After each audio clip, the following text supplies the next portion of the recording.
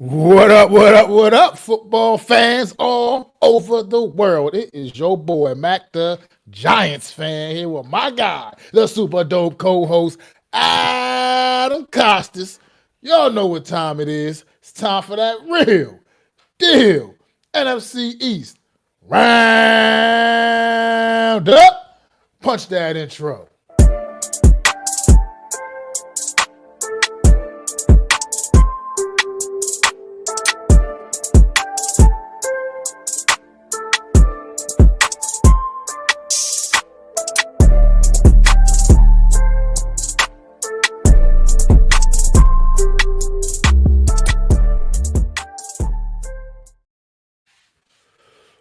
Good afternoon. What is going on, everybody? Welcome to another edition of the Real Deal NFC East Roundup. I am Mac the Giants fan here with my guy, the super dope co-host Adam Costas. How you feeling today, Adam? Feeling great, Mac. I know we take these little, hiatuses, but it's good to be back with you. We're headed into the latter parts of the off season here. Soon, before you know it, we'll be doing this from July to hopefully February. Hopefully, hopefully we got to run it all the way to the end last season. I mean, thanks to the Eagles, but hey, don't sound so excited about it. This is what we're here for. We cover the NFC East, and we do it with we keep it real. You know what I mean? Right now, Eagles are the kings of the mountain until somebody knocks them off the top, man. But right now, it's NFL schedule release day. Obviously, the whole schedule has not been dropped yet. Not until later on, but we'll talk. We can still talk about some of the matchups that we know. We just don't know exactly the dates, but we got some other news to dig into as well, man. Let's start with the Cowboys making a big move this past week, man.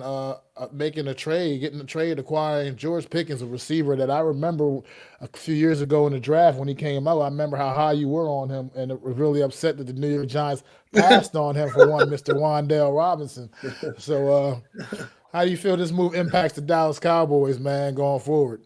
Well, first off, I didn't know you remembered that. Although I do beat the drum every once in a while when he does well. But yes, I was very upset with George Pickens. As you know, that year I was a little bit more involved in the draft with more players outside of this year. This year I was quarterback centric. Next year, folks, I'll get back to my old Adam ways and study all the players. One of the players I studied happened to be George Pickens, and we were in the market for a receiver. And I said, why not get this guy? Oh, well, you're going to on the field problem, blah, blah, blah. I'm like, the Giants have never had a receiver like this in a long time. Let's get him. You know what we chose? We chose a Smurf. We chose a Smurf, Wan'Dale Robinson. Now, I don't know about you, Mac, but I look at both their careers, and Wan'Dale Robinson is far less the player that George Pickens is. I'm just saying. I mean, I know people. I will, in Wan'Dale's defense, say George Pickens has had slightly better quarterback play than Wan'Dale. Also, I mean, he's had some more competence at the quarterback position than Wan'Dale. I mean, I'm not saying he's the player that George Pickens is. George Pickens has established himself, I think, as more or less at least a one A, like a 1B kind of type receiver. He's like, to me, he's like the in between. He's maybe not quite a full-blown one, but he's a little better than the two, if that makes any sense, if that makes any kind of any sense. Let me break it down like this, okay? If you look at the Eagles receivers, they have 2 1s, right? Devontae Smith is what George Pickens is going to be for the Cowboys, right? They both could be number 1s on probably anybody's teams, but they're essentially 1Bs or 1As or however you want to categorize them, right? So, these two teams have big-time receivers. Anyways, all being aside, fine. Wan'Dale, I'm sorry that he had bad quarterback play. So did Malik Neighbors. He went over 1,200 yards. But that's here nor there. My point is, we could have had this guy, a red zone threat, a guy that was pretty freaking good for Pittsburgh when he came in there. Pittsburgh. So let's look at these numbers, folks. Okay, he played 17 games as a rookie. He had started 12 games. He had 800 yards, and his rookie year. Okay, not bad. Great, right? His second year, he had 1,100 yards and 5 touchdowns. This year, he had over 900 yards, right? Again, quarterback play. They didn't go to him. I think he's going to have a breakout year in Dallas. Okay, folks? He's going to a team where the quarterback play, we just talked about the quarterback play was not great, right? Well, guess what? He's going to elevate that. Whether you like Russell Wilson or not, Dak Prescott's a better passer right now than Russell Wilson is. That's just call spade a He spade, is. right? So the Cowboys, what were the Cowboys lacking last year on offense, Mac? Well, they needed another complimentary receiver to complement CD Lamb and, Exactly. kind of loosen up the defense on him a little bit. Exactly. So what do? They went out and they got a guy in George Pickens, who now, by the way, was the number one, was getting all the double teams in Pittsburgh. There was no other receiver in Pittsburgh that did anything to help George Pickens out. Now you're going to put CD Lamb on the other side of him? I'm just saying, folks, let's look at this, right? The Cowboys, which we watched last year, had a okay offense with just CD Lamb, who was banged up most of the year. And they force-fed him the ball because they had nobody else. They had a washed-up Brandon Cooks. They had rookies all over the place who couldn't do shit. They were using Devontae Turpin, their return man, as a receiver. Now they get a bona fide stud at the 1 or the 2 or the 1A, however you want to look at him. XYZ, whatever you want to say, that's what they got. And guess what? He's not going to see the team's top corner. He's not. And I hate to compare them to the Eagles, but if you look at the Eagles, right?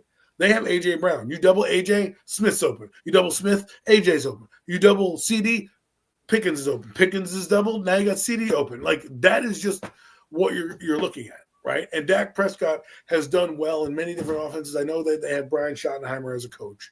I get it. And that could be something that you look into. However, he was with the Cowboys the last couple of years. The offense may not change much. He may not be a great head coach. Fine, but I'm not thinking that the offense is going to be that much different. With that being said, Dak can run this offense, and he likes to get the ball out there to many different receivers. And he's haven't had two bona fide studs like this on his team. You already see what he does with CeeDee Lamb. Now imagine George Pickens on the other side. Now, granted, he's got the Cowboys have got two firecrackers at receivers right now, right?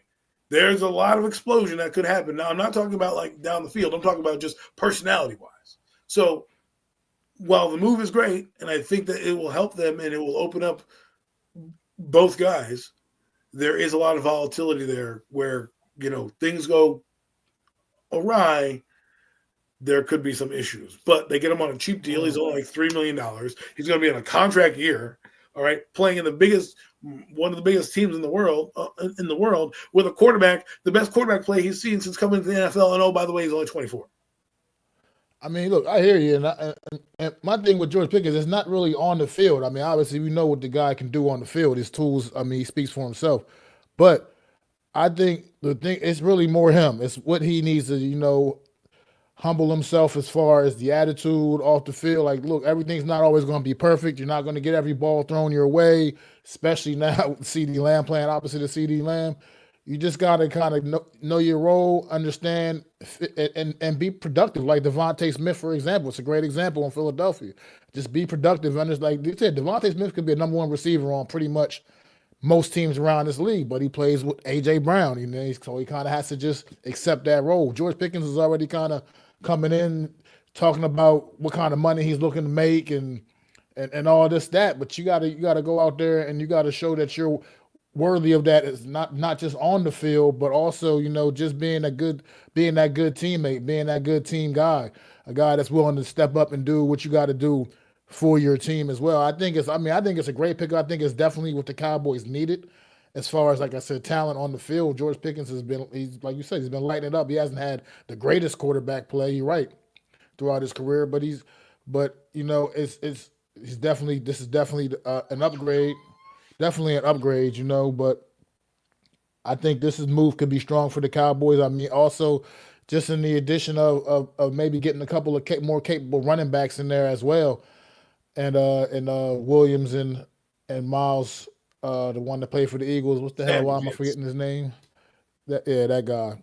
And so this Cowboy team, I could expect a serious upgrade from what we saw a season ago. I mean, it's going to be I think this team can definitely get back to where they were in the NFC East, where they're fighting more or less fighting with the Eagles. I mean, I'm not trying to dismiss the Commanders by any means. Commanders had a great season a year ago, but this Cowboy team, I wouldn't be surprised if they kind of were ready to leapfrog back over top of the Commanders once again and take that spot where they're more or less battling it out with the Eagles when it all comes down to it. I think this George Pickens move is a big time move for him.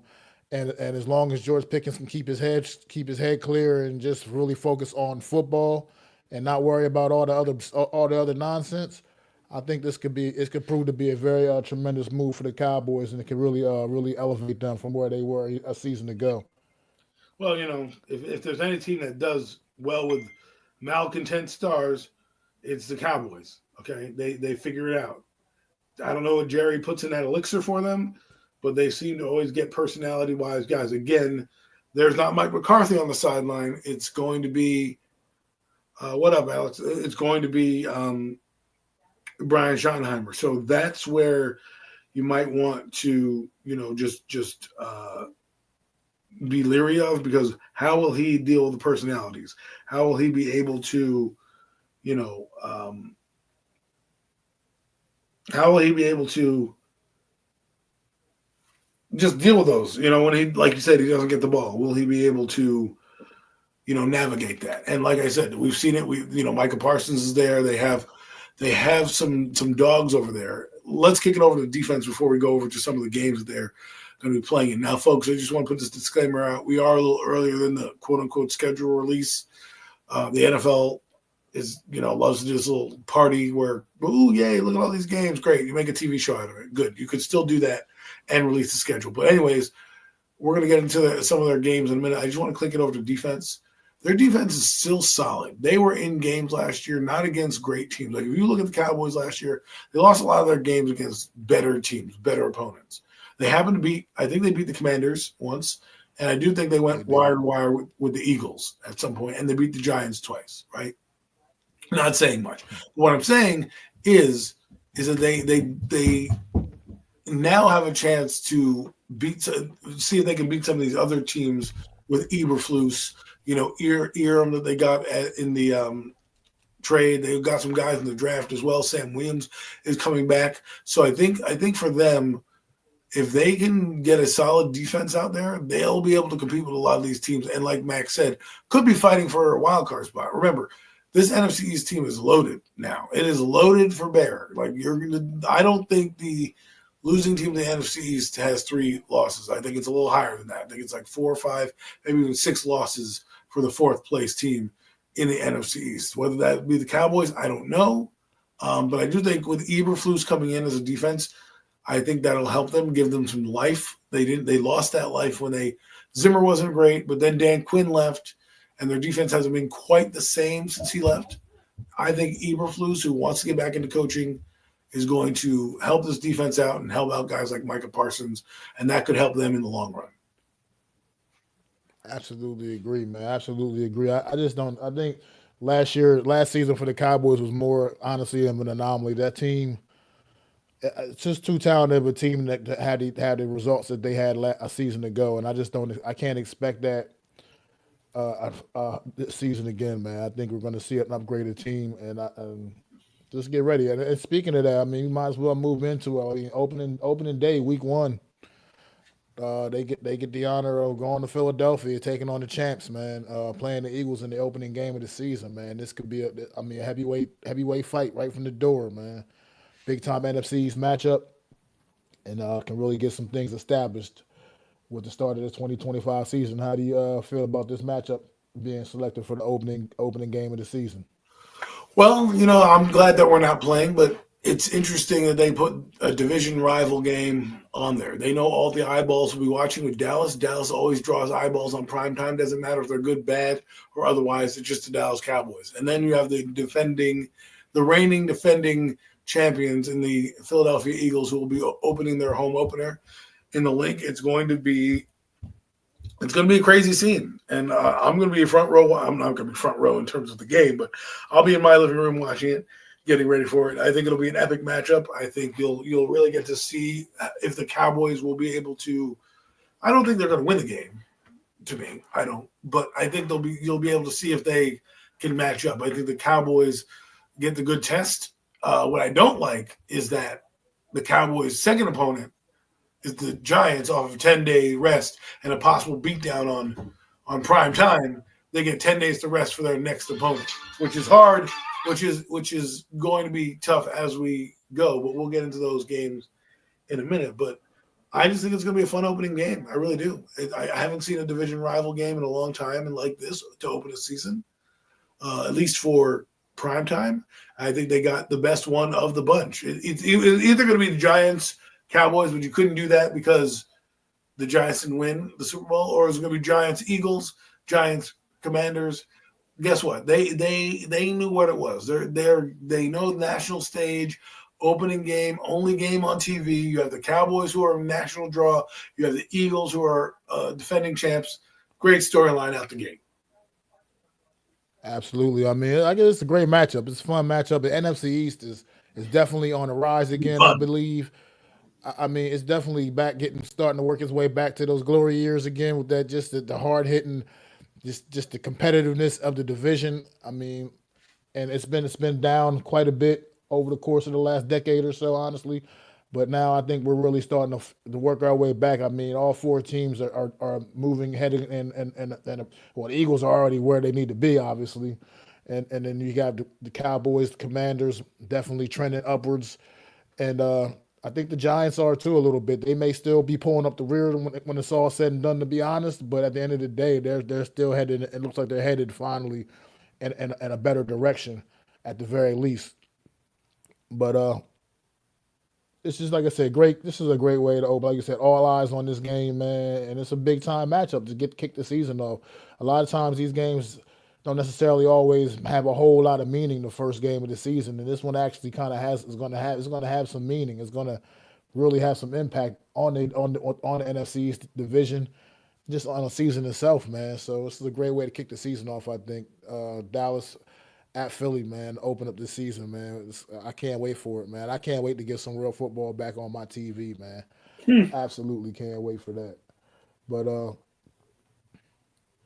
as far as Dallas goes, like you said, I haven't gotten a lot too much, but I'm seeing here that they also have a Thanksgiving Day matchup with the Kansas City Chiefs, man. So Listen, wow. It won't be easy for the Cowboys this Thanksgiving, that's for sure. No lowly Giant team with a fourth-string quarterback coming in to play you guys this season. You're going to be on there in Big D with the reigning AFC champs. Oh, my goodness. Like, I know that Thanksgiving has been lackluster this year. This one is box office. Okay, no matter what the Cowboys are going to be, and they're probably going to be competitive, at least, this will be a good one. And we get to see Mahomes in a different setting. I think this is the first time he's ever played on Thanksgiving. I could be wrong.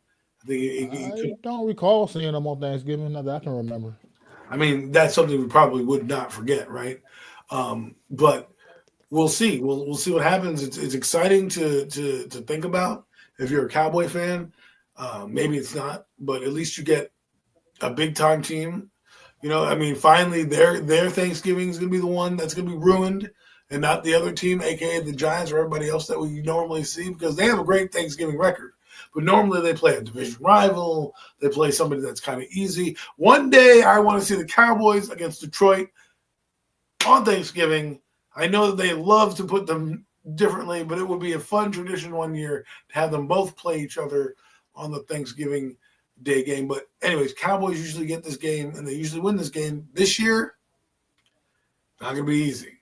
I mean, again, things could change. Teams get injured. Things happen. We know. But Cowboys on Thanksgiving usually is a W for the Cowboys. Guess what? It's going to be a fun one. I can't wait to be in the middle of Turkey and just having that game on in the background and, you know, kind of just, you know, being able to be a football fan and watching, you know, Patrick Mahomes, because I'm just going to enjoy some of these quarterbacks, right? We like to kick them when they're down. Well, this time we're going to see him on a national stage, which we've had with Patrick because he's won a lot, but not on a Thanksgiving stage, right? So this will be fun to watch. I'm excited for the game. I'm not even a Cowboy fan. I'm just a football fan. But, Mac, what are your thoughts? Yeah, I mean, just absolutely another I mean, we don't know how the season's gonna go for either one of these teams, but I mean, as long as Kansas City has Patrick Mahomes, you expect them to still be good. and Dallas, like I said, I think they're gonna have a turnaround this year. I just really believe that as long as they stay healthy and don't get any kind of catastrophic injuries, I think this team is going to definitely be on the rebound, and this could be a epic Thanksgiving matchup. Like you said, I just like to be able to enjoy the holiday without having to worry about watching the Giants get their ass kicked like we've seen over the last few years on Mhm. Thanksgiving.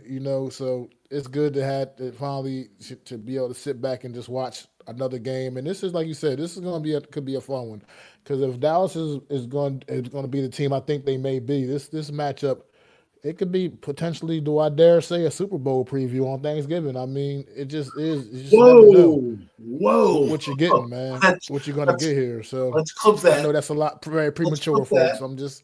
I'm just saying. I'm just Clip saying. that. There's always a Listen, possibility. I'm not saying you're wrong. I want to clip that because if you're right, you're gonna look like a genius. If you're wrong, we can throw away the file and no one ever has to hear it again. But man, pin it. I just want to hear it because if you haven't been wrong about predicting things and bold predictions. That's a pretty good one. That's a pretty big one. And in May, and I hope it works. I don't necessarily hope it works out. I hope it works out for our show that one of our teams ends up there, one of the four teams. But wow, wow. I'm now I'm going to watch the Cowboy season with intrigue because I want to see if Mac is right that they can put it together because you're not wrong. They have a solid roster.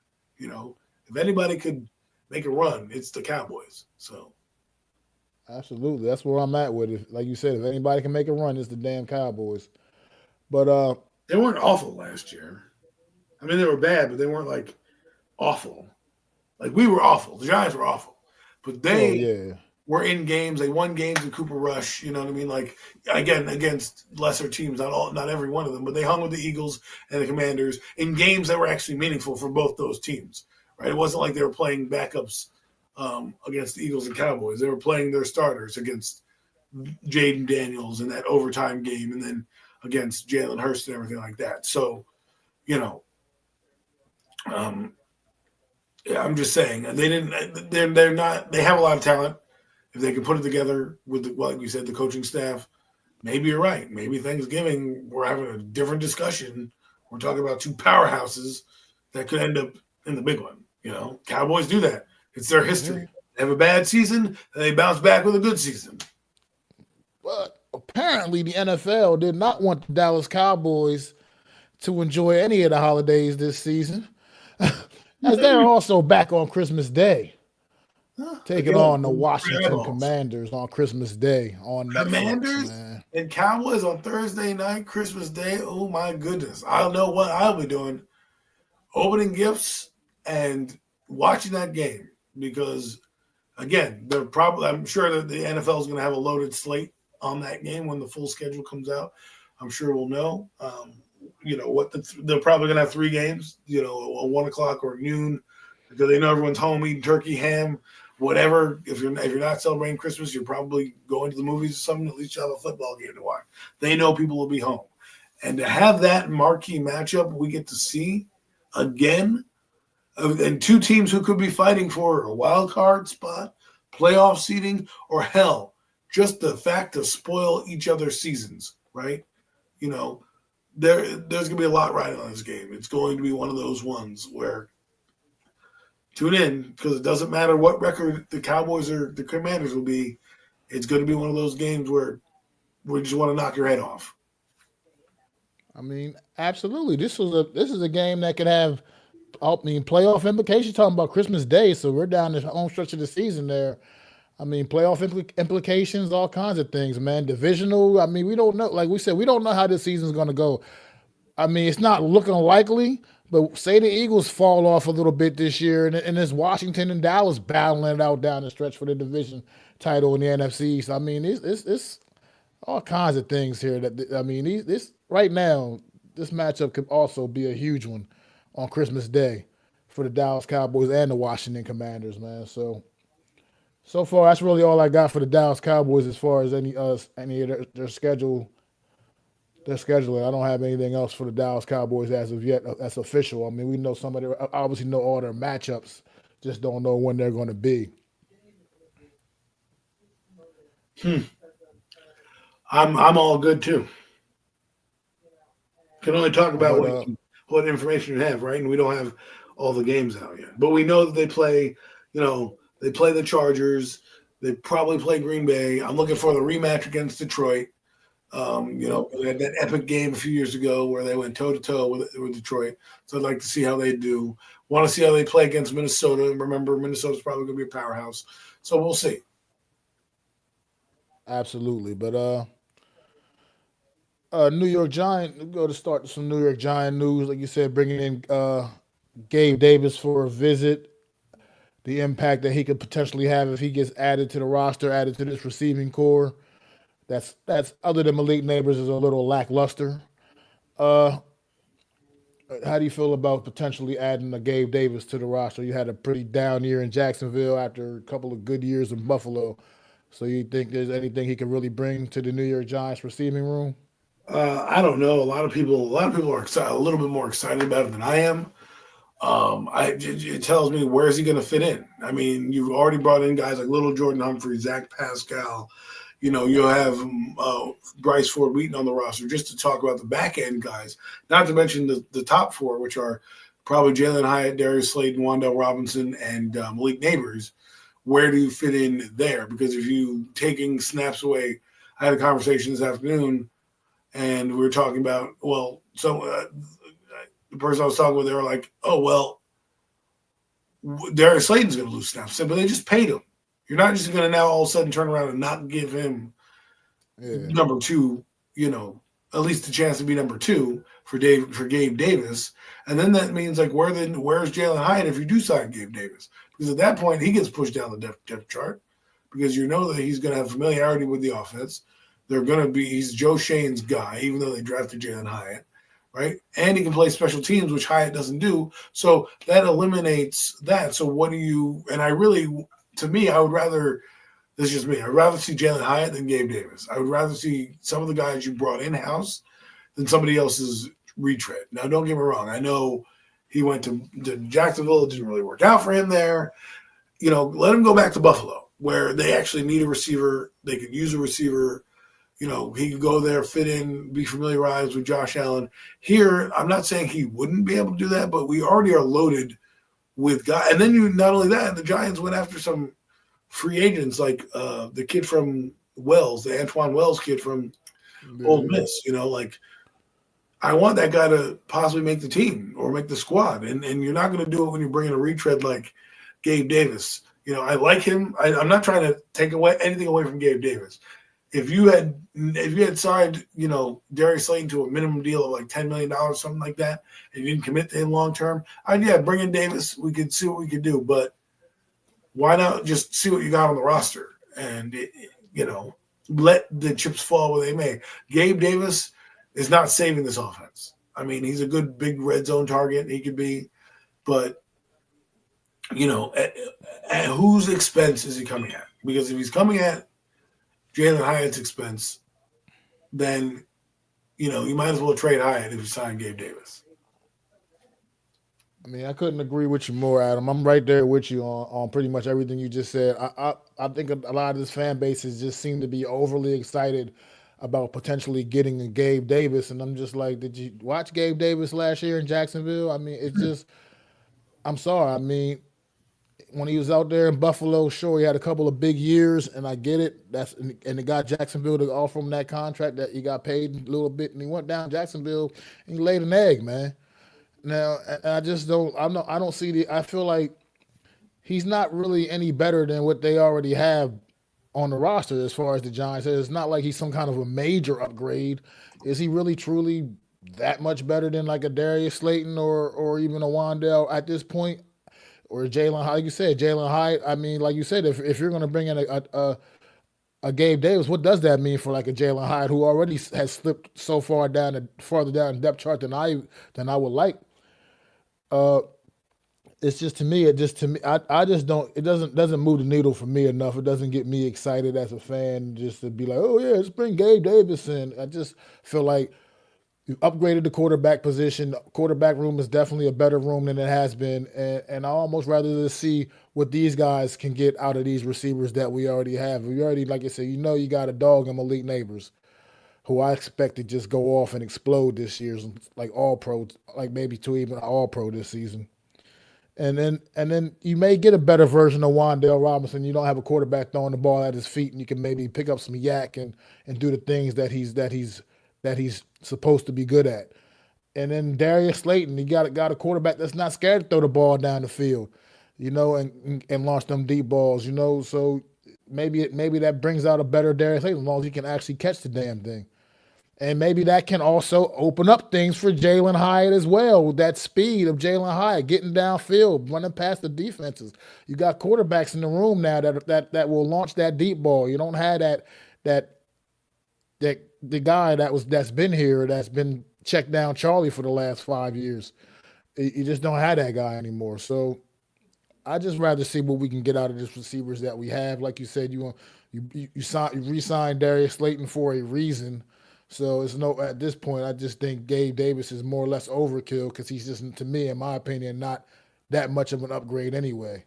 This is the way I feel about it. So I almost rather them just move off of that and just move forward and worry about some of the other needs of this football team.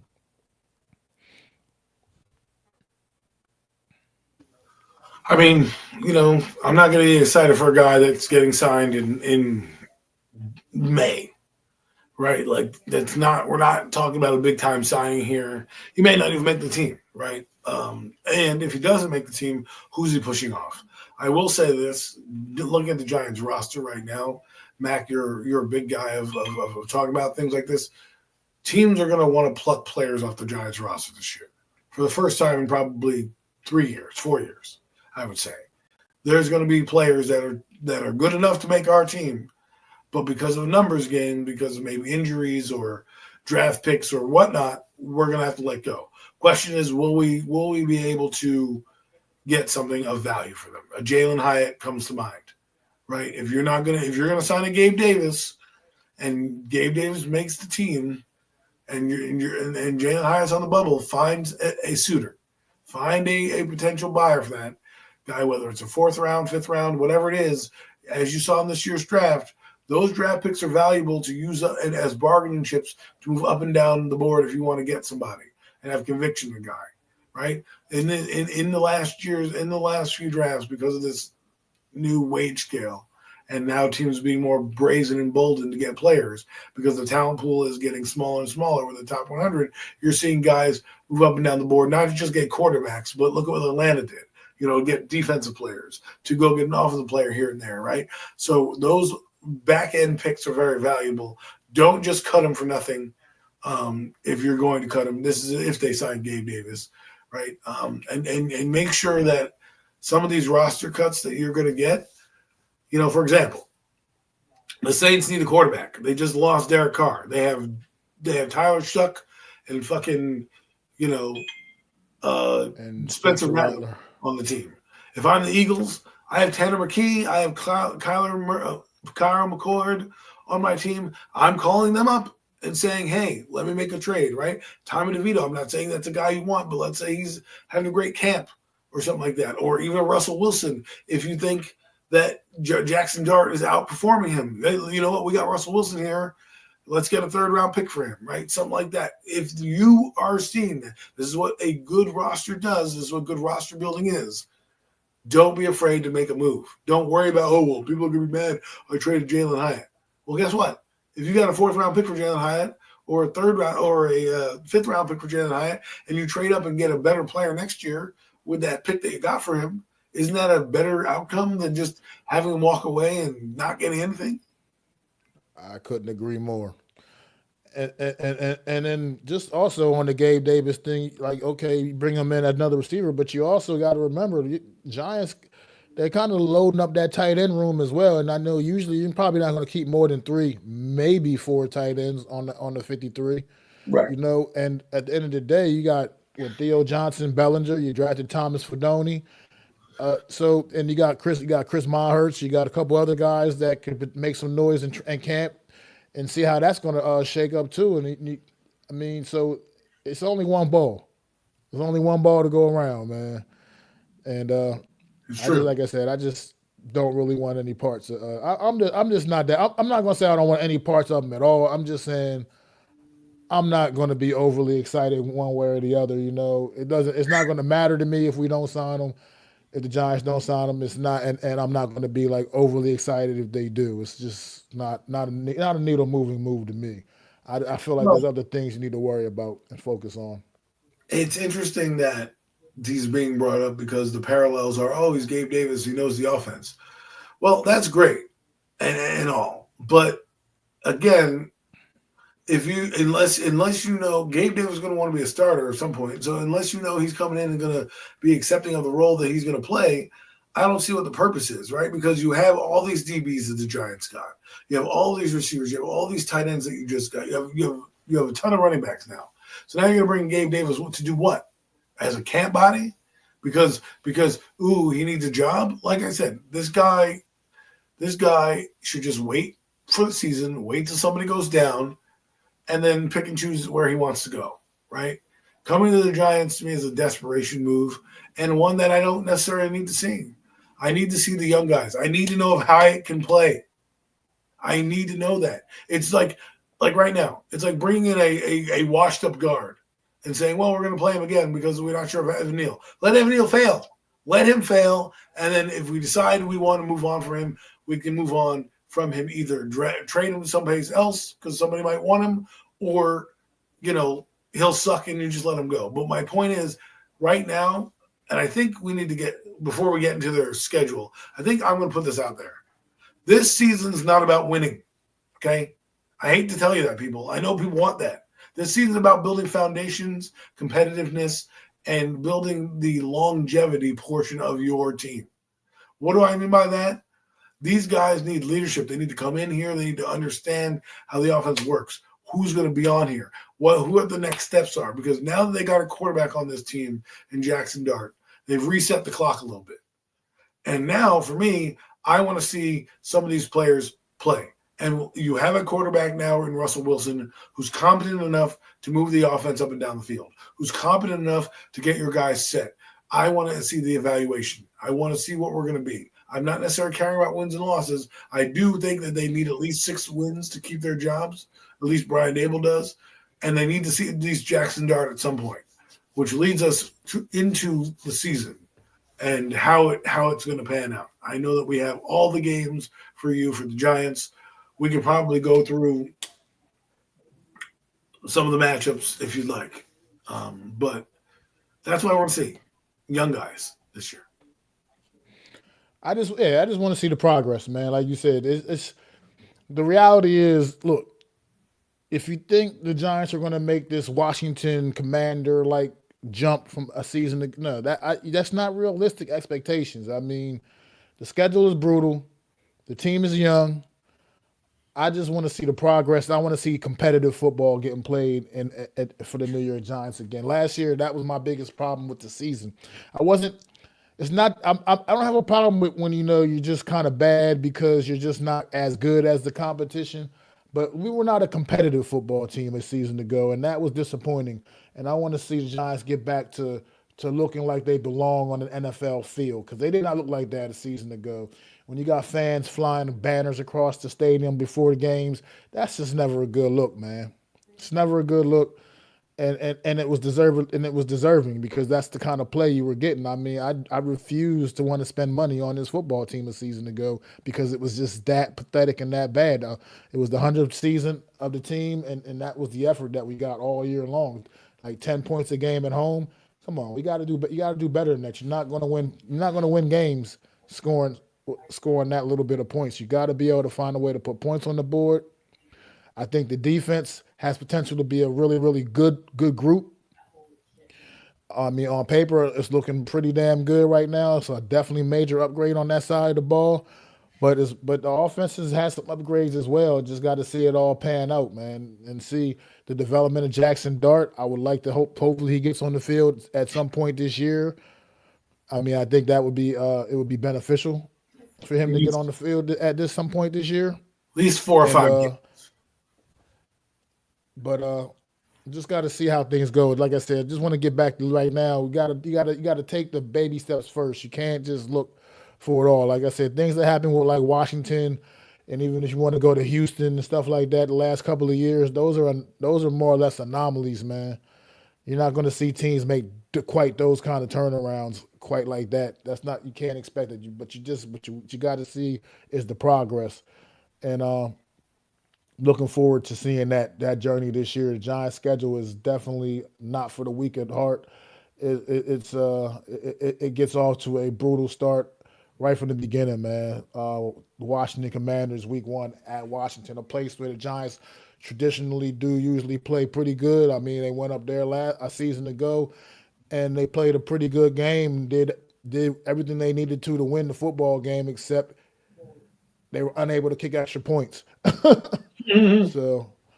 So how do you feel about kicking the season off in the division against Washington? And look at the NFC East Week 1, locked and loaded Week 1 in the NFC East, big time divisional matchups, man.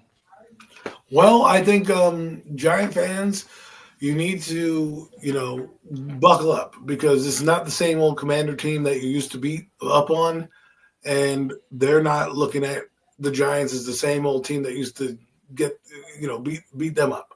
And they're going to be their Super Bowl. I know you guys may think that's egregious to think about, but they got to come out hot. And if you were to compare this year and last year, Commanders were clearly a better team than us last year. Now we didn't lose much in terms of players and all that stuff, so we're not necessarily a different team, but they have a different mission than we do. Their mission is to compete with the Eagles and be in that final four, the final two, right? That's what their goal is. That's why you get Debo Samuel. That's why you go out and get Laramie Tunsil. That's why you go out and do all those things that Washington does, and we'll get into them in a little bit. As for the Giants, this is the game that needs to define your season. How are you going to be remembered? The last 2 years, they've had opening games. They've got the doors blown off. The one time they were competitive and or won, their season turned around. In 2022, when we played the Tennessee Titans, we ended up winning that game, right? And it propelled the Giants to a 6-2 start, and obviously a different schedule then. But again, still a tough schedule, tough road to hoe. Build that confidence, right? So this is the real deal here. No pun intended with the show.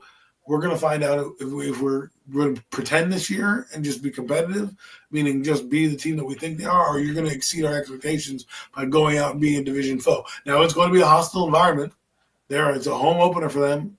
They just came off a beatdown from the Eagles that they've been stewing about for probably the last, six. They're going to be stewing about for the last 7 months. That's all they're going to hear about come training camp.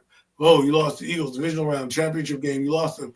Well, that's what they're going to come out and want to do. And they're going to want to kick our ass to start to let the NFL know that we are not a slouch. Now, the Commanders went out and proved last year that they could win some big-time games. The Giants have not. The Giants barely beat anybody last year. They beat – I don't even know if their first win was against, but I know they beat the Browns.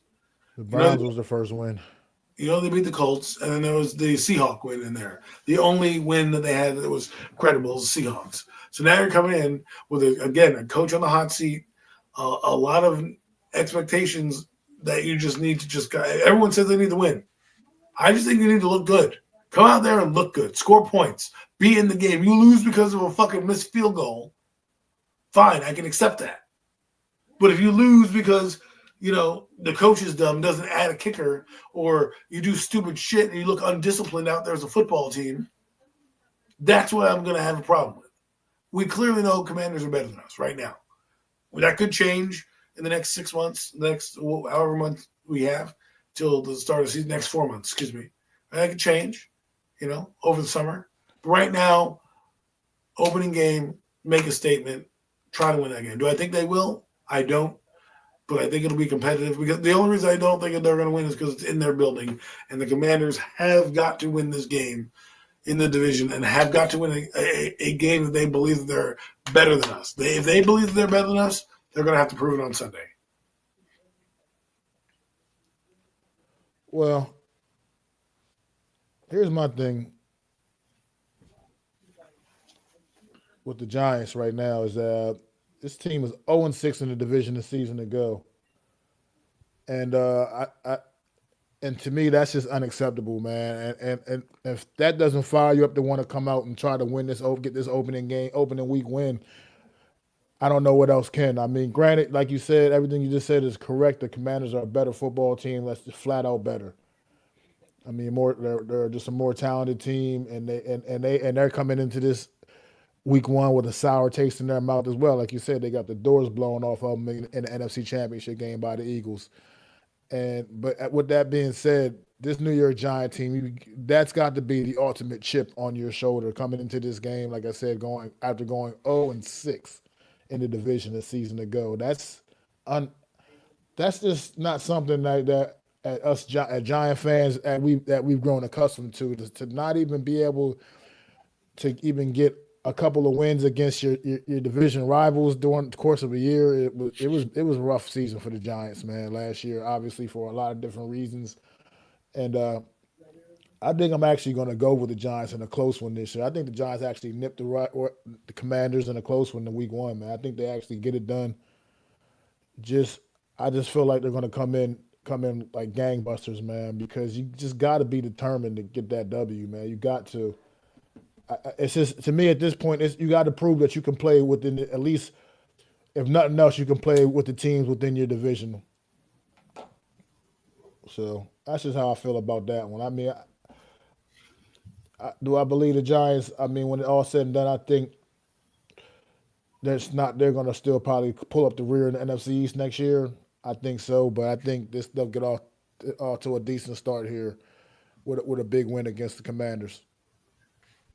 I mean, I could see that happening. We'll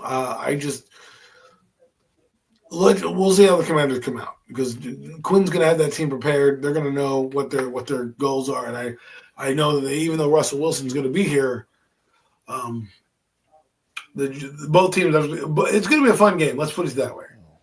I don't think the Giants are going to get the doors blown off like they did against Minnesota, but I can also see them, being like the last game where they were pretty even, and it comes down to a kick here, a kick there, and just being in their building is what. If they were in if we were Giants Stadium, I would probably give the edge to the Giants, but they're going to be in their building. They're going to look at the Giants and they're going to be like, we need to get this one.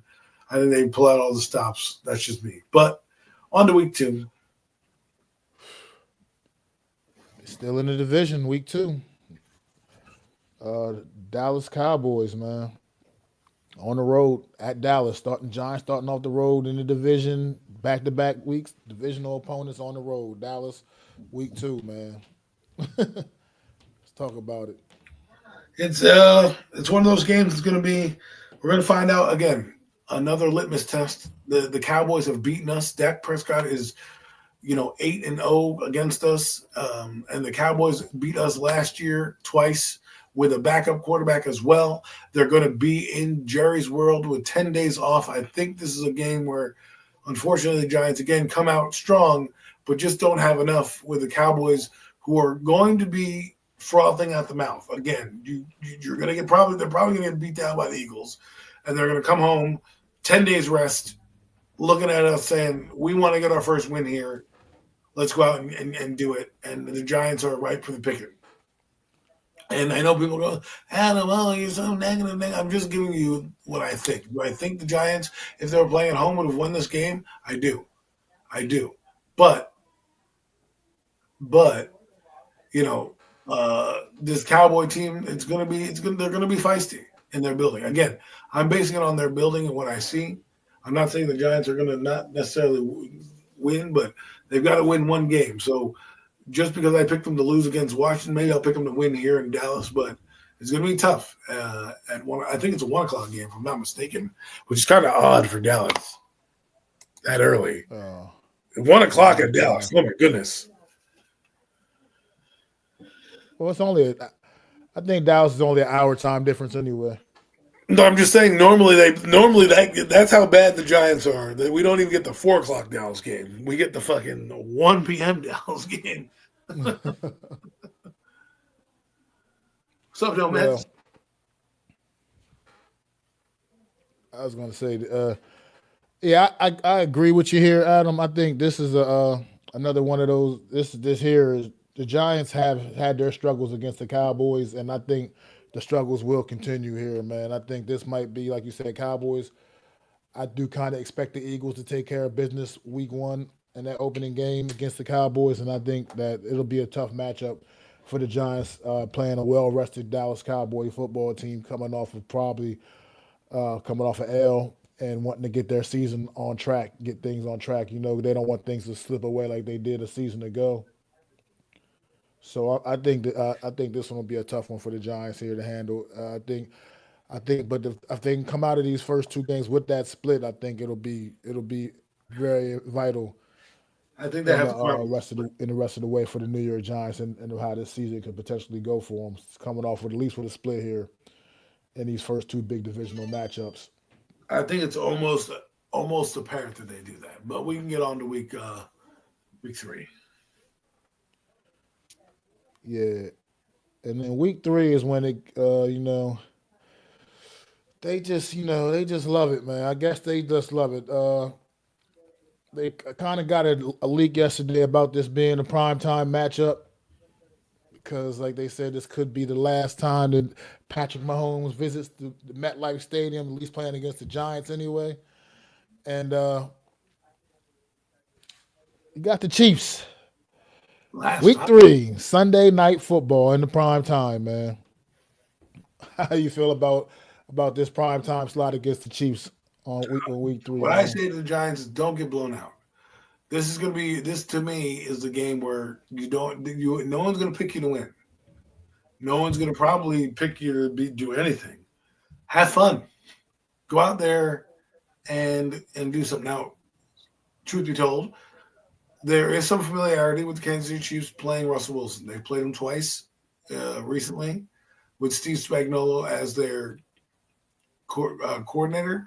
Don't know how Russell's going to fit into this offense right now, so don't know how they will attack us. But I do think that they're going to not be totally, in the dark with who this guy is and have to pull out tape. Again, he's not been in this offense, so we don't really know yet how Russell Wilson's going to execute what we're asking him to do. But with that being said, I do think it's going to be a tough road to hoe because, again, we're talking about Kansas City, a team that's a powerhouse, perennial Super Bowl contender every year, as long as they have PM and Andy Reid, right? And I don't think it ends here. I don't think it stops here. I think they know there's a couple teams in their division that are going to be nipping at their heels this year, and I don't think they're going to be quite as dominant in terms of record wise this year. So I think they're going to need games against the Giants to win divisions and stay on top of where they need to be. And I don't think the Giants are a threat to them. They're probably going to come in here and knock us off. And hey, I'll take a loss. Just don't get blown out. If you can come out there and show me that you're growing and that your guys don't think the moment's too big, and you get a couple interceptions and make Patrick Mahomes look mortal, and they're still a good team. They're well coached. They were in the Super Bowl last year. I'm sure they're going to be pretty good this year. Let's see what you got. Let's see how you fare. And I know that the Chiefs are going to take us seriously because, again, we're playing the AFC West. God forbid they end up tied with the Chargers in the division with the division record and regular season record. Guess who they go to? They go to common opponents like the NFC East. And you don't want to be that team that let the Giants get one on you and you don't win the division, or you end up the 5th seed because you lost to a team that's far in a different state than you are. You're perennial Super Bowl. This is your window of opportunity. The Giants are trying to, trying to get to where you are. Hot take, huh? Nice. Hot take. Brandon says, hot take. Commanders missed the playoffs this year. Could be right. I mean that could be. I was just kind of talking about that. Like I said, they could take a step back, a little bit of a step back. Just see how this thing can shake up this year. The NFC East is going to be a much different division this season. I do believe, but I just don't see much in this with the Chiefs. This is a tough matchup. I think the Chiefs right now are going to be coming in trying to absolutely annihilate everyone on their schedule. To be honest, just based off of what happened in the Super Bowl a season ago, that memory, a team like that they don't forget something like that. I mean, the way the Eagles just They were dismantled better. that team in the Super Bowl, I think Kansas City is going to be on a mission this season to just absolutely take everybody out, and I think the Giants are going to fall victim to that Week 3 on Sunday night, and unfortunately in prime time, I can see this one honestly being a blowout, man. I mean, maybe the Giant defense keeps them in it a little bit, but I just don't think the Giants' offense can score points to keep up with the Kansas City Chiefs. I just don't see it. Well, that's why they play the games, right? So we'll see. Yeah, but and then after that, another AFC West opponent hosting the Los Angeles Chargers. Justin Herbert coming to town, man. Jim Harbaugh, he likes to run the ball, likes to pound that rock, man. So I don't know what you expect in this one. Well, Another playoff team once again finally, starting the season Justin off with four Herbert. straight opponents. Oh, excuse me, not the Cowboys didn't make the postseason, but Well, 3 out of the first 4 opponents were yeah, that's pretty. postseason teams of the season to go. We talked about 11 wins for Washington, 11 wins. I think at least 11 wins for the Chargers, and of course 15 wins for Kansas City, right? And again, I don't want people to think I'm a jerk here, but I just believe the Chargers went to the playoffs last year, who unexpectedly went to the playoffs last year, right? Now know their identity, have their quarterback. Herbert finally gets to come into New York MetLife Stadium. We get to see how he does. And I think they're going to look at this team again, like Kansas City looks at this team, as a stepping stone. Not that the Giants aren't going to be a better team, and not that the Giants won't be competitive in this game. As a matter of fact, you're probably going to see a close game that the Chargers eventually are going to just overtake because they play in a better conference, they play in a better division in terms of all the teams in there and who they play. So does this mean are we shameful if they happen to are they shameful if we happen to look at the Chargers? No, but I think the Chargers are going to be a tough out, and I think they're well coached, well disciplined. We still haven't figured out if our run defense is good yet. That will be the key here. If they can't stop the run, it doesn't matter who we put out there. We're going to not win games. So we'll see.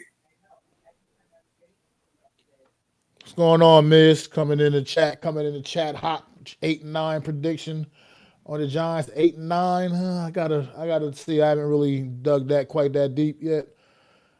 8-9 would be that would be quite impressive if they could pull off an 8-9 record with this schedule, man. That's brutal, man. To say Well, the they least. put off 8-9. You're not seeing Jackson Dart. That's really what it is. What you need to do is we want to be able to see Jackson Dart at the end of this season.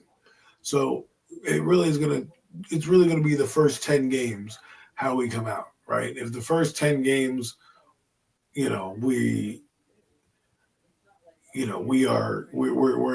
not 500, well then put the kid in. Put the kid in.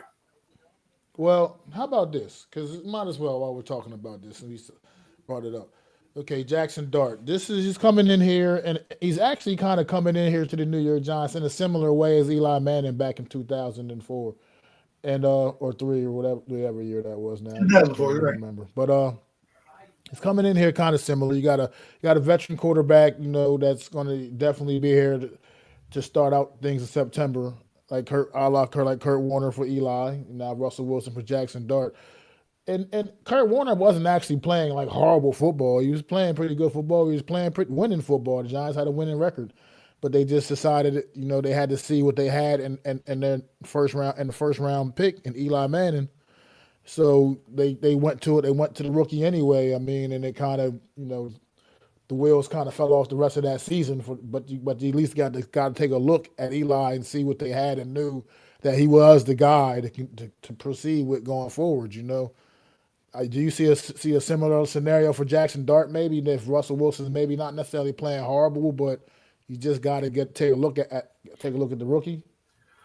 Well, I think I think you'll get to see him. I don't know if it's going to be the same way. I don't think they'll. If their Giants are 5-4, I don't think the powers that be are going to pull necessarily Russell Wilson at the time. They're going to try to ride the thing out. The Giants are going to do that. They're going to try to win games, and when they're damn near mathematically eliminated, they're going to put him in. But to me, I believe he needs at least 4 games or 5 games under his belt. I don't want him to go in blind next year and having no experience, right? That does nothing for the Giants, right? You drafted him in the first round. Clearly, Russell Wilson is not the future here, no matter how well he does. And if he does well enough, maybe you trade him and get a pick for him, and you're like, well, we think Jackson Dart's doing well enough to take over. We're going to do it. And right now, all the reports indicate he's having solid mini camps and really kind of adhering to the Giants' way. So a first-round pick means you invested a lot in him. I don't necessarily disagree. People always say, well, you could sit him for a year, blah, blah, blah. Not first-round picks. I think you should sit him eight games at least, right? That gives them a half a season to kind of get some film and see what's under them, right? But they should play to see, especially if this guy's a future guy. Unless you have like a guy like Aaron Rodgers in the facility that still has a contract and you're just drafting this kid to kind of be his right-hand man, that's different, right? This is definitely, like you said, Kurt Warner-esque, where, the incumbent's not getting paid a lot.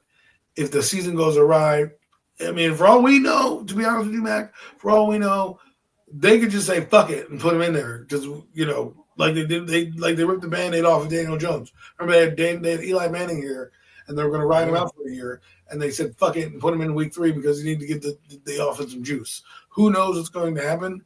I don't think we'll see him till at least Thanksgiving, like that weekend, because you're playing some lesser teams, and you may want to get him in some starts, like we played in New England, and then we play Las Vegas. You may want to get him some reps there. But I do believe we'll see him before the end of the season. Yeah, you definitely got to see the kid out there. Definitely got to definitely see what he's got, like you said, because there was no point going into next year if you have no idea. You know what I mean? You can't go into next year blind. What if the Giants You got to know. You got to absolutely know what you got. Right, and you didn't play the quarterback, and then now you don't draft a quarterback because you have Jackson Dart, right? You want to see if going into next year there's going to be some promise. That's also going to save Dable's job. Russell Wilson doesn't do that. I mean, winning season does that too, but then it's like, all right, let the kid get some playing time. Like McCarthy probably was going to be the starter in Minnesota had it not been for injury to his knee. Right. And then obviously the rest is history when it calls with Sam Darnold. However, to me, Russell Wilson, shouldn't preclude you from starting a kid that you're investing in and giving you time. Again, this is a mentorship and you want him to mentor Jackson Dart. And if Jackson Dart is looking good and picking up the offense and the mental reps or whatever side stuff he's doing, you're like, well, you know what? I think I'm going to elevate him to QB2. Then maybe gets a couple reps, and he gets to throw the ball in there. He just needs to get his feet wet this season. And I think 4 full games against competition, maybe at the end of the season against teams that are fighting for the playoffs, so he can get some type of experience in meaningful football, not just, hey, the Giants suck, so we'll play the Cowboys at the end of the year and we're playing the backups. No, I want him to play where it means something. Yeah, I mean, definitely. Speaking of meaning, nothing. Here's a game I think we might both agree. I think that the Giants should be able to take care of business, as I think the New Orleans Saints will be bottom feeders in the league this season. Based off of what we know about this team right now going into the season, they still don't even have a real legitimate answer at quarterback right now. How do you see Week 5 and the Saints going down in the Superdome? If we lose to the fucking Tyler Shuck or Spencer Rattler-led Saints, then everybody should be fired. Okay, this team is in disarray. They have a new coach. Their expectations are lower than ours. Okay, their expectations are: can we field a competent enough football team to get up in the top three next year and get a real quarterback? All right, because to me, as much as I like Kellen Moore, I just don't see the Saints being a great team, especially without Derek Carr. Right? There's no now the competition's out there. There's no ushering in Tyler Shuck or Spencer Rattler. It's your job to lose.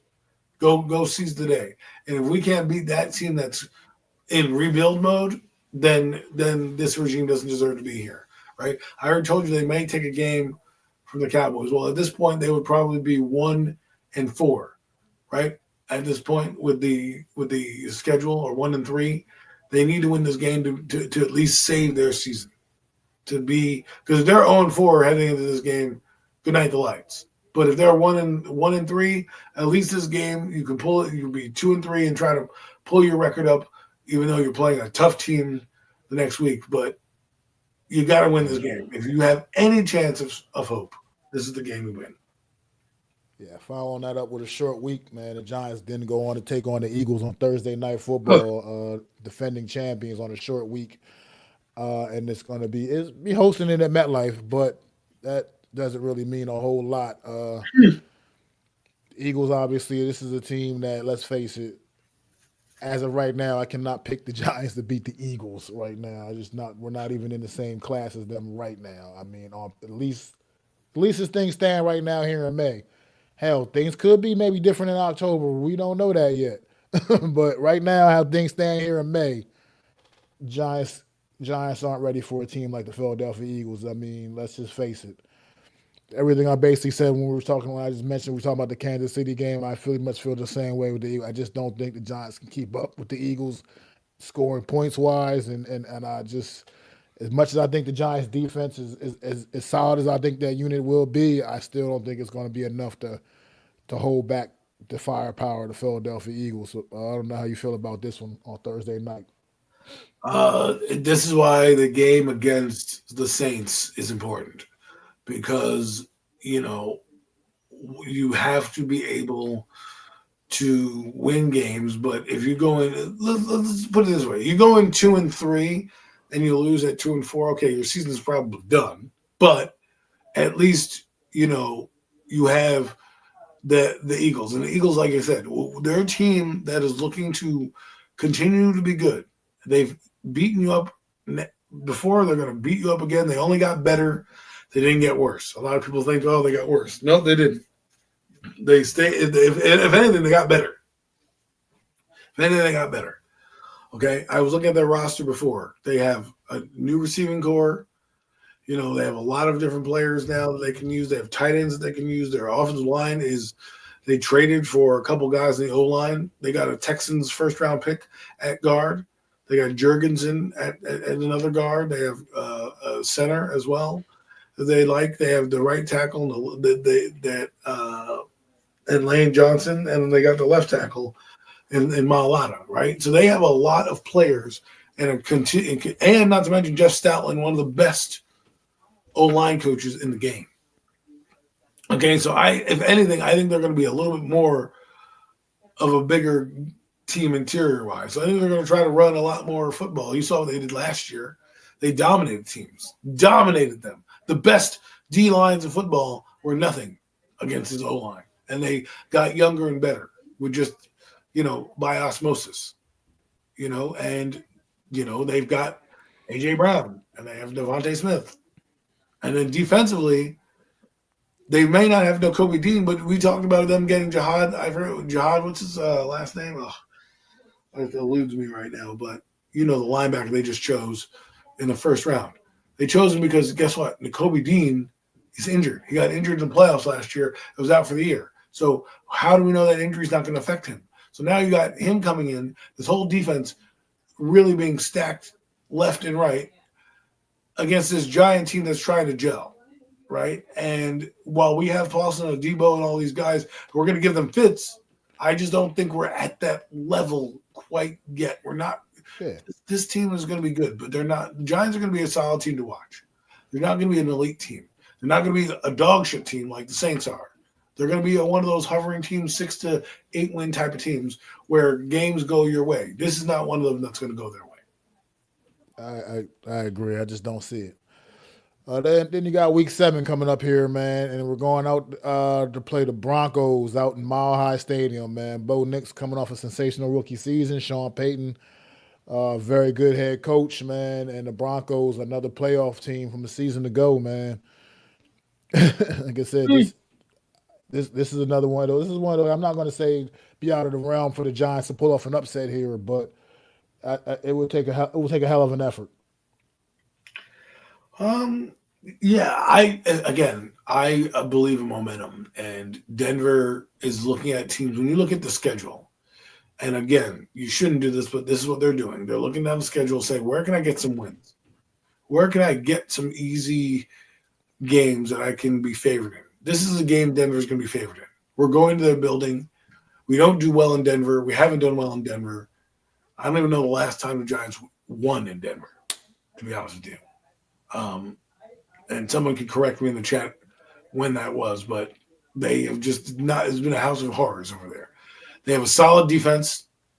They have a solid team. They got Evan Ingram right now. I think they drafted a wide receiver, and they got a couple other weapons over there for him to do that. Their O-line is solid.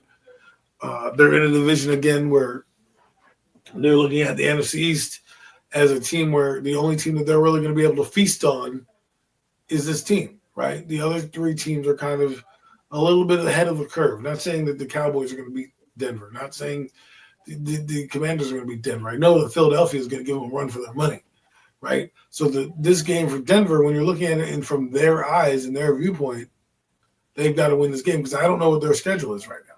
So for all we know, heading into week 7, like we are, we're going to be, like I said, 2-4. They need to be 3-3. And they're probably going to look at us like, okay, we need to win this game and really bury this Giant team and season. Because I do believe the Giants are going to win a couple games early. I don't know in the middle of their schedules where their season is going to go awry, where they play Philly. They play Philly back to back. I mean, they literally play New Orleans, Philadelphia, and then they go to Philly again, right? So now you're looking at a team in Denver who's got to keep up with the Chargers, who's got to keep up with the Chiefs, right? Who's got to have the Raiders nipping at their heels. This is a game that Peyton is going to have them ready to win. And again, we haven't played Denver well in our history in the last few years, whether that's them coming to our building, losing to Teddy Bridgewater, or us going to them and losing. I just think it's going to be a tough game for them. I'm not trying to poo-poo this season. I am very excited, and for all we know, they could pull an upset off. But let's be honest. Denver knows Russell Wilson. They're not afraid of Russell Wilson. They have the cornerbacks to match up with our receiving core. It's going to be a defensive struggle, and it'll be whatever team's offense scores. And I think they just have slightly better offense than we do. Yeah, I agree with everything you just said, bro. Denver's one of those kind of teams where maybe they overachieved a bit last season too, but I think they're still a pretty well-rounded football team, and they definitely made some improvements.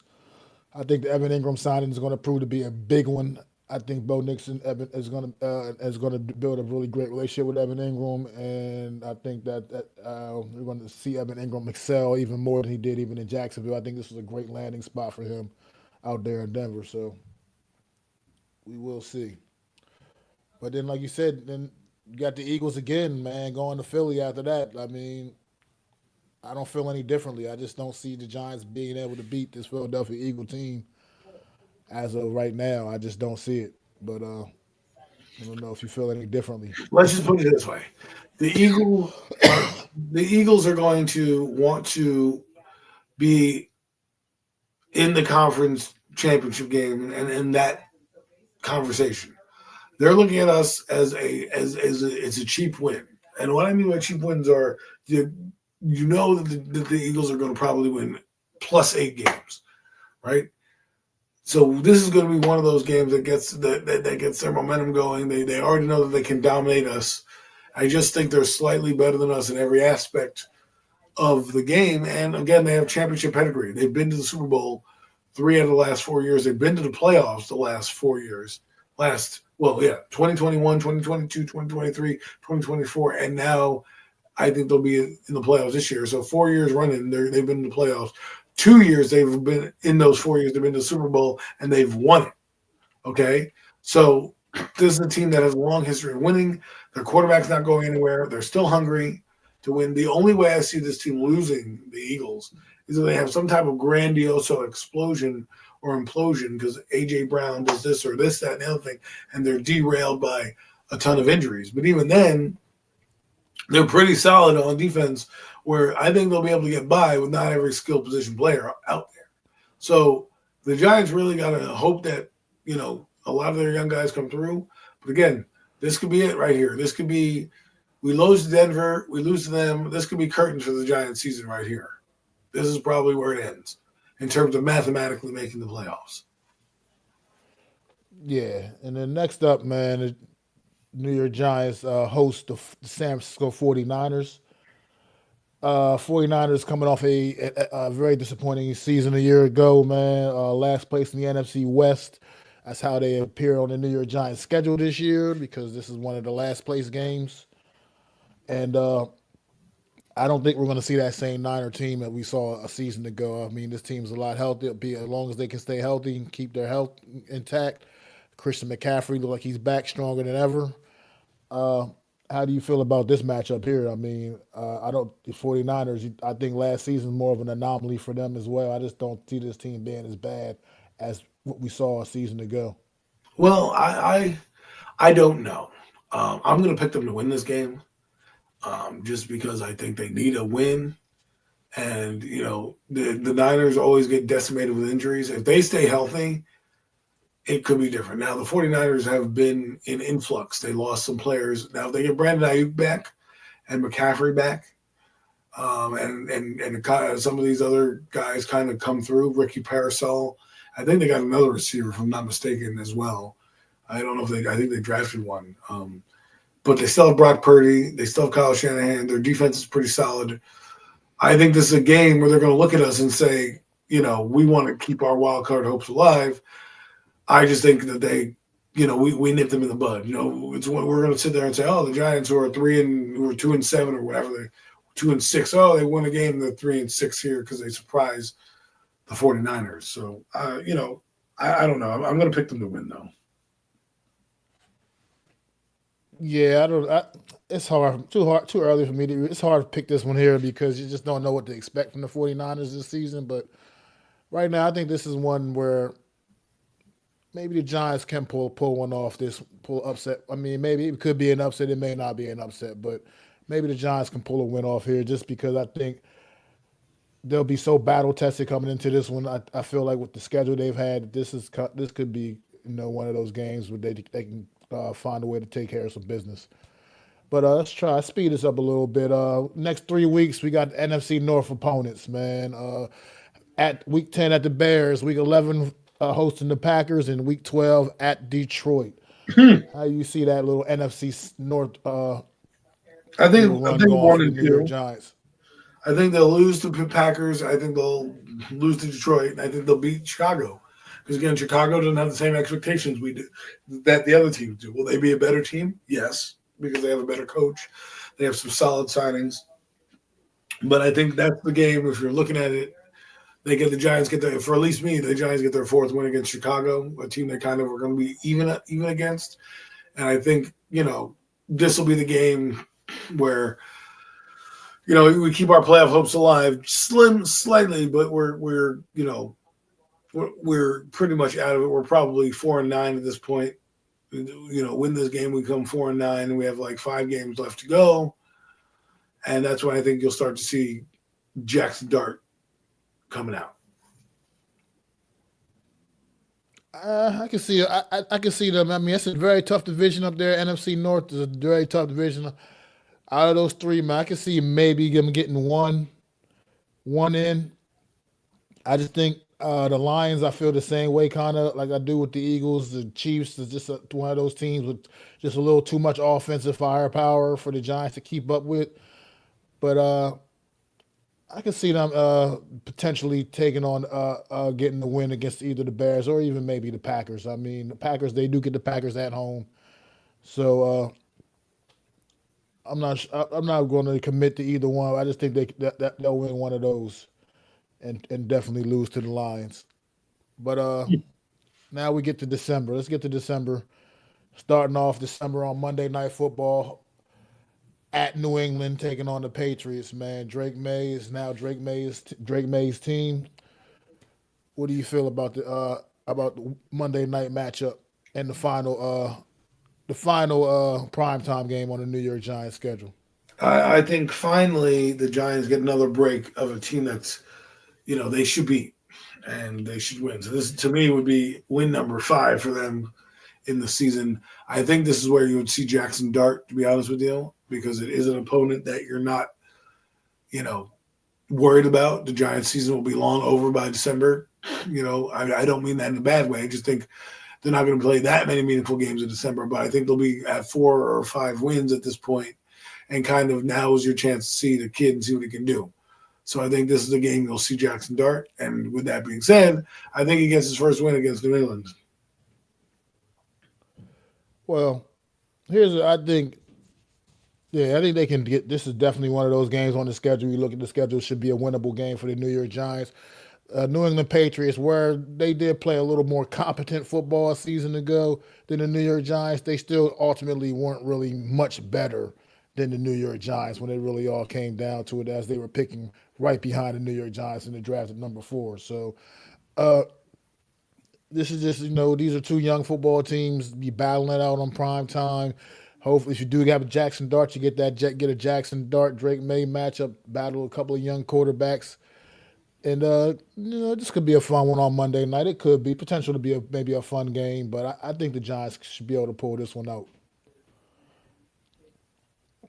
And then they coming up after that, they have their bye week right. That's their game before the bye week, and then they come out of the bye and they'll be hosting the Washington Commanders in week 14. I mean week 15. And who knows what this matchup, any kind of implications this matchup could have for either team, but more so probably for the Commanders. You would think at this stage of the season. How do you feel about see this matchup going?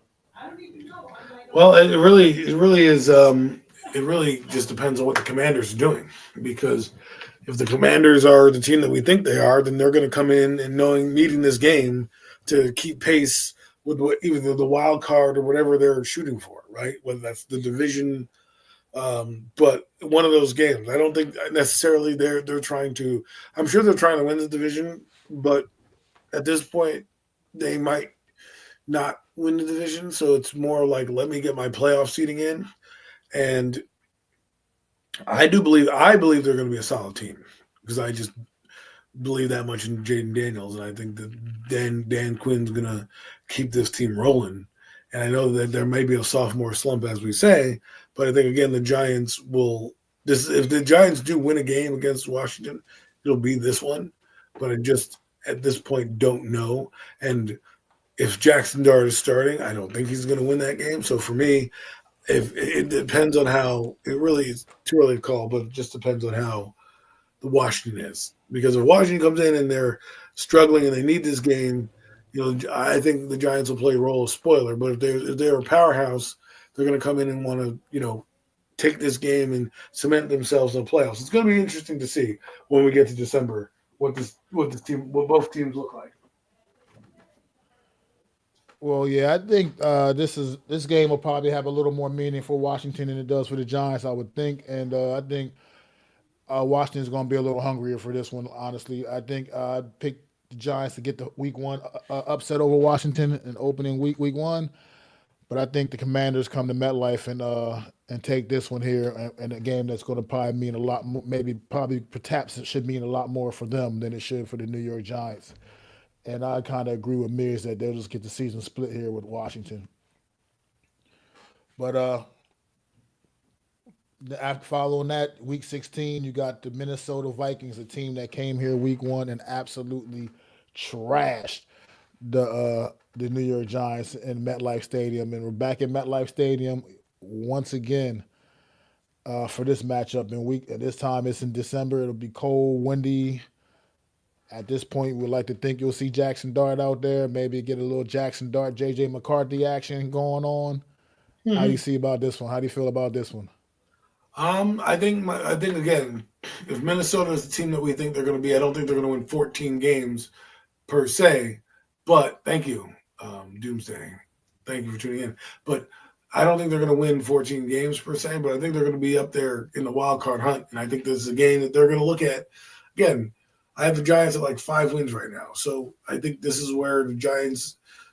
You see Jackson Dart. He plays against a good football team. You see what he's got, and it's going to be a good measuring stick for him because, again, these are the games you want to see. Meaningful football games for these teams down the stretch. And meaningful football in the Giants and means two things this year. It could mean the Giants are playing for a wild card. Great. Or it could mean that we have meaningful football and we're learning and getting these young guys valuable experience for our next step, which is in 2026. When we go into that season, how we're going to build off and build around the newfound quarterback and him and what he's doing, right? So I think Minnesota's going to beat us. I think that, I hate to say that we probably go 0-4 against the NFC Central. I think it should be, NFC North. That's how far I'm dating me back, NFC Central. But I think they can beat the Bears. I think they'll be competitive. But if they're playing Jackson Dart, expect a blowout. And it's okay if it's a blowout. As long as he's looking good, offense is running, you got to give him some reps. It's not who you play, it's when you play him, and it's not his fault that the Giants are, they suck where he has to play this hard-ass schedule. It's just how the chips fall. So that's for me. That's what I believe.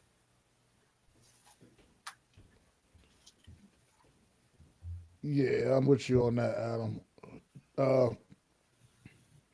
Following that Minnesota game, man,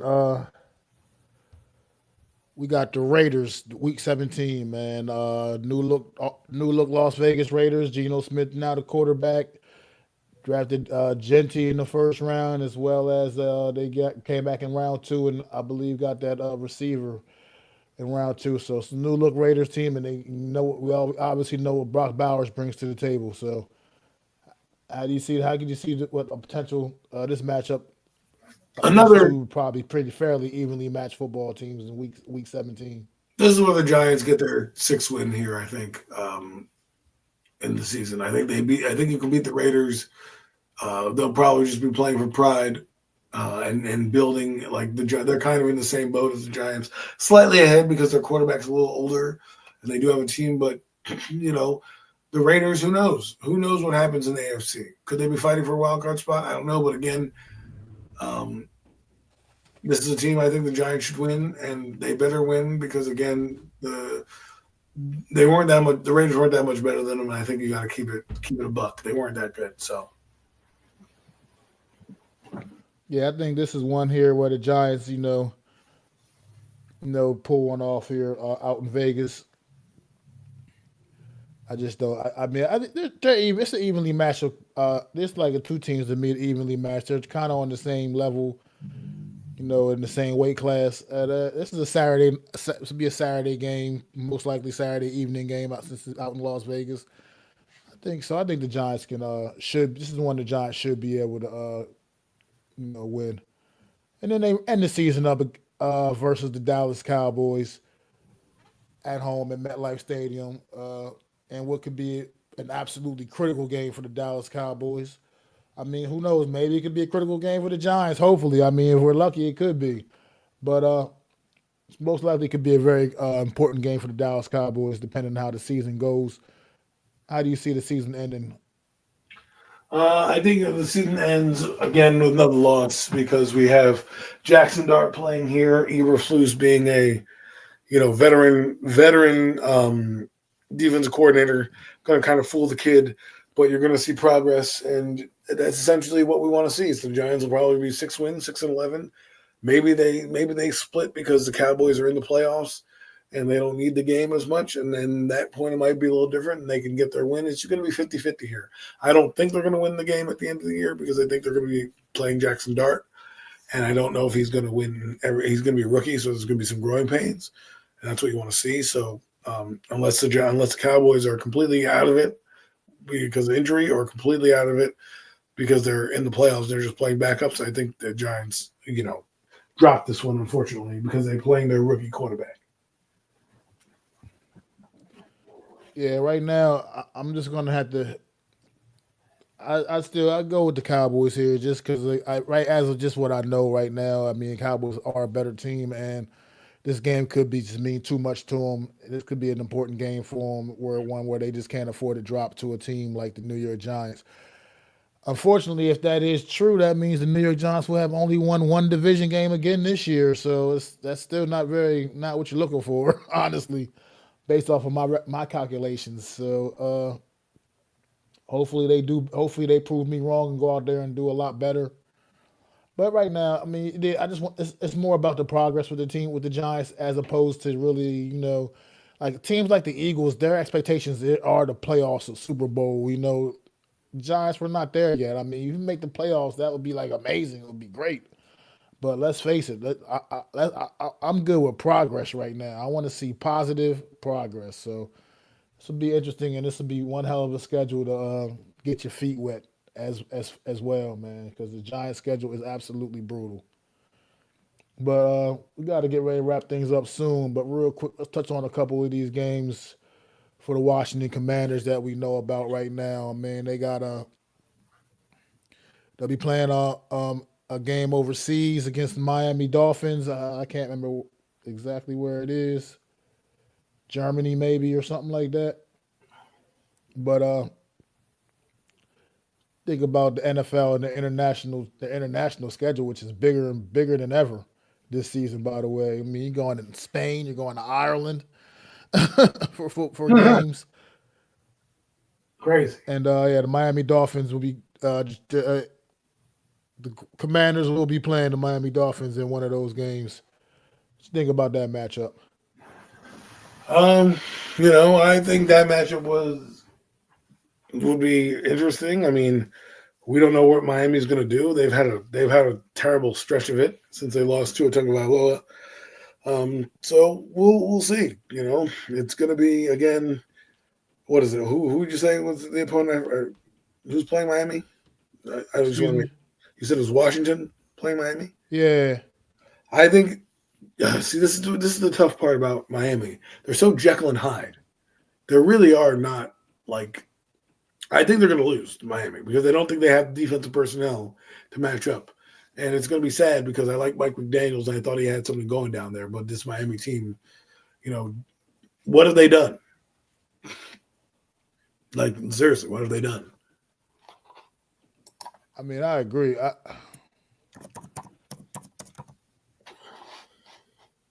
Another matchup that we know about for the Washington Commanders as of right now. In Week 16, they will be hosting the Philadelphia Eagles in a Week 16 matchup in December. Could be a big one right here. I mean, they like they'll be playing the Eagles twice within 3 weeks. As a matter of fact, That could be for the division. We do know they'll be ending the season against the Eagles as well. That could be the division. How do you think this one plays out? Well, I think they split with the Eagles. I do. I think they're not afraid. They're gonna be up for these games against the Eagles because of how dog walk they got last year, right? And being that it's a meaningful football games, they're gonna want to. They're gonna look at the Cowboys, look at the Giants, like, look, you're not on our level. We can beat you guys. We expect to beat you guys. But going to Philadelphia, this is their litmus test. We could see this matchup again in the NFC Championship game. Okay, where these teams split, and we're sitting here round 3 in the divisional round or the NFC Championship game, going, who's going to win, right? So it's the late season matchup. I think it's going to be for the division. I think it's going to be for the division, but I don't think they come out on top. I think they just fall slightly short. I think the Eagles go 5-1. They will split with the Commanders, but I just think that the Commanders are going to drop one somewhere else. And that's where I believe that they're going to drop a second one.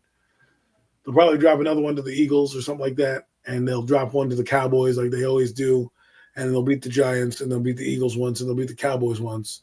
So they'll beat the Giants twice, and they'll beat the Cowboys once, and they'll beat the Cowboys once, Eagles once, Giants twice, and then they'll lose to the Cowboys and the Cowboys and the Eagles to be 4-2. And I just think Philadelphia is going to lose one game. It's going to be to the Commanders, but I just don't think the Commanders will have enough. Sorry, I know that was a long-winded answer. Yeah, I mean, I think this season, I think the Commanders had such a great year a season ago that they almost it's almost impossible. How do they truly improve upon that? I mean, they still have holes in this roster, and they still have some things that need to be addressed. And I just think this might be a little too much for them. I think the Eagles will be a little too much for them. Like I said, I just until somebody proves otherwise, the Eagles are just like they're a force. I hate to be sitting here slobbing all over the Eagles, but it just is what it is. They are a force. And until someone proves otherwise, it's hard for me to bet against them right now, man. Yeah. But let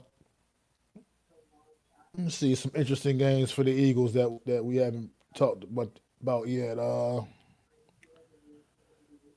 Eagles on Monday night, Week 10 Monday Night Football. Eagles going out to Green Bay, taking on the Packers, a rematch from Week 1 and the postseason season ago for the Philadelphia Eagles, man. So how you think they handled the Packers this year?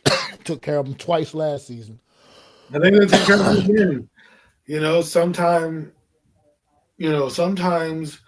you have sometimes you got a team's number. They have until proven otherwise, they have the Packers number. Yeah. Totally agree. But I think somehow the Packers may find a way this year to they may find a way in this Monday night in this matchup to finally get the Eagles, man. At some point you got to sneak a win in against that guy, man. Those guys that just keep tearing you down, man. And I think Green Bay may find one here. This is one of those games where I mean, talking about two good football teams, but the Eagles are definitely a different class, but Green Bay is a good, solid football team, and I think they have some stuff that they want to prove out there, and they're in a very competitive division as well, one of the best divisions of football. So I think this is one of those letdown games for the Eagles, and the Green Bay gets them. All right, Black Friday, man, for the Eagles. Black Friday. On Prime Video. It's gonna be on Amazon Prime. Playing Eagles will be hosting the Chicago Bears. Man, how do you feel about that matchup on Prime for Black Friday? Black Friday. Who was the Eagles again? Yeah, the Eagles and the Bears. Oh, I think it's gonna be a good game because they got the marquee quarterbacks. But I think the Eagles are gonna railroad that team. I just do. I just don't think the Bears we forget the Bears have a new coach. They're a new identity. I'm not expecting them to be awful, but I'm not expecting them to be world beaters either. And the Eagles, again, another team you gotta beat. Seems like the Eagles always play on Black Friday these last couple of years. And I think they're just gonna beat the Bears. It'll be a solid game. I hope we get this. I mean, I don't want these things to happen, right? I don't want the Eagles to be good, but I just feel like teams like this, they eat for lunch, right? These new teams, these young quarterbacks, they're going to eat them for lunch. And so we'll see what happens. But I think the Eagles are going to beat them. Yeah, absolutely. I just don't think. I mean, the Bears are more. They're closer to the Giants than they are to the Eagles. You know what I mean? That's like to me, it's not really. I don't think it's a favorable matchup for the Bears at all. But a lot of things happen in these NFL seasons, and there's always some teams that surprise you. And who knows? Bears got off to a pretty good start the season ago, and then the wheels began to fall off, and it didn't end very well for them. But I still think they're still not quite up to par with the Eagles right now. I think that's not really a matchup that favors them in any way, shape, or form. So I just think the Eagles will end up taking this on Black Friday. But that's going to pretty much wrap it up for right now. I mean, you guys can tune in the NFL Network, whatever, later on, and get the remainders of the schedules being released. Sorry, we didn't have more. I wish we could have had a little more to dig into with you guys, but